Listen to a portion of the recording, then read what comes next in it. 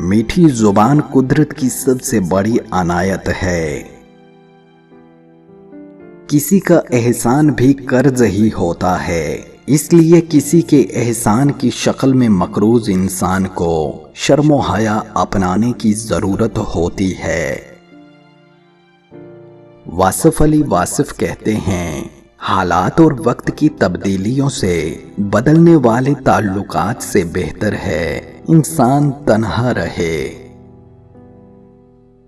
بعض مرتبہ یوں ہوگا کہ تم جن لوگوں کو پسند کرتے ہو ان سے تمہیں رب کی حکمت دور لے جائے گی، لیکن اطمینان رکھو، وقت یہ ثابت کرے گا کہ تمہارا ان سے دور رہنا ہی بہتر تھا۔ خواب میں چاند کو دیکھنا۔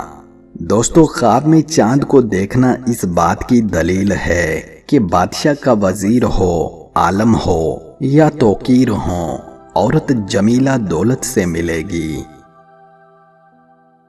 نرم موم لچکدار دھاگے کے ساتھ مل کر ہی شمع بن پاتی ہے جس سے روشنی پیدا ہوتی ہے۔